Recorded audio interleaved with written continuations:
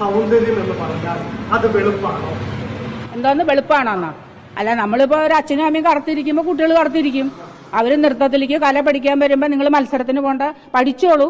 എത്രയോ വേദികൾ ക്ഷേത്രങ്ങളിലോ അല്ലെങ്കിൽ പള്ളികളിലോ പല സ്ഥലത്തും കളിക്കുന്ന കുട്ടികളില്ലേ, നിങ്ങൾ അങ്ങനെയൊക്കെ കളിച്ചോളൂ.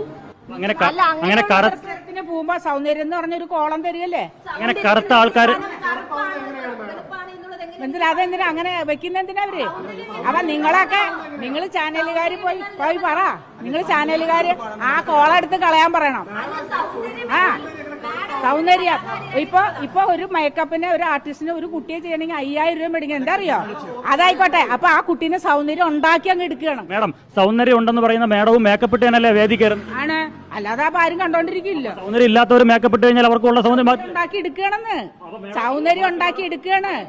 അപ്പൊ എന്റെ അഭിപ്രായത്തിൽ സൗന്ദര്യം തീരെ ഇല്ലാത്തവര് പ്രത്യേകിച്ച് മോഹിനിയാട്ടത്തിലേക്ക് വരരുതെന്ന് ഞാൻ പറയുള്ളൂ.